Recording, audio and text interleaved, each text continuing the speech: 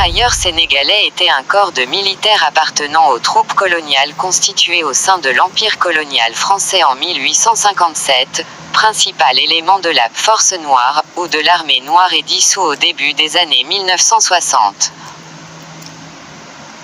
Bien que le recrutement de tirailleurs ne se soit pas limité au Sénégal, c'est dans ce pays que s'est formé en 1857 le premier régiment de tirailleurs africains. Ces unités d'infanterie vont rapidement désigner l'ensemble des soldats africains de couleur noire qui se battent sous le drapeau français et qui se différencient ainsi des unités d'Afrique du Nord, tels les tirailleurs algériens. En 1895, ils participent à la conquête de Madagascar, et de 1895 à 1905, ils sont employés à la pacification de ce pays. En Afrique française du Nord AFN, et surtout au Maroc, des unités de l'armée coloniale, européenne ou africaine 12 bataillons, servaient dans le cadre de la pacification. En 1914 à 1918, lors de la Première Guerre mondiale, ce sont environ 200 000 Sénégalais de l'AOF qui se battent sous le drapeau français, dont plus de 135 000 en Europe. Environ 15% d'entre eux, soit 30 000 soldats, y ont trouvé la mort et beaucoup sont revenus blessés ou invalides.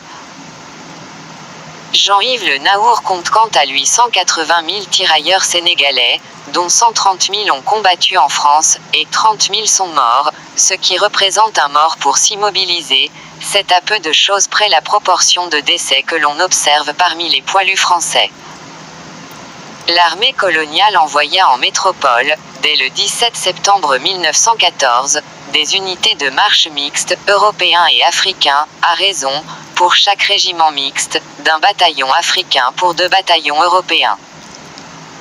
Ces unités, Régiment mixte d'infanterie coloniale du Maroc, RMICM, renforcèrent en premier lieu la division marocaine et furent engagées au combat dès le 21 septembre à Noyon avec des résultats mitigés.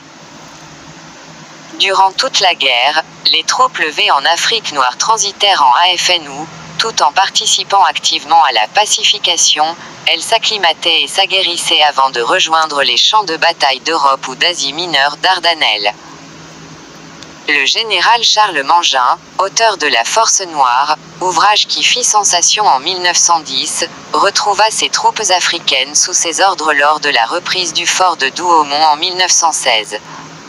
Entre 1939 et 1944, ils sont près de 140 000 Africains engagés par la France. Près de 24 000 sont faits prisonniers ou sont tués au combat. Les tirailleurs sénégalais participent entre autres à la bataille de France, à la conquête de l'île d'Elbe en juin 1944 et à la prise de Toulon, à la suite du débarquement de Provence, en août 1944. Les tirailleurs sénégalais se sont également battus pour l'Empire colonial français, et ont été engagés dans des conflits qui ont opposé la France à ses colonies, en Indochine, en Algérie, à Madagascar. Léopold Sédar Senghor les a surnommés les « dogues noirs de l'Empire ».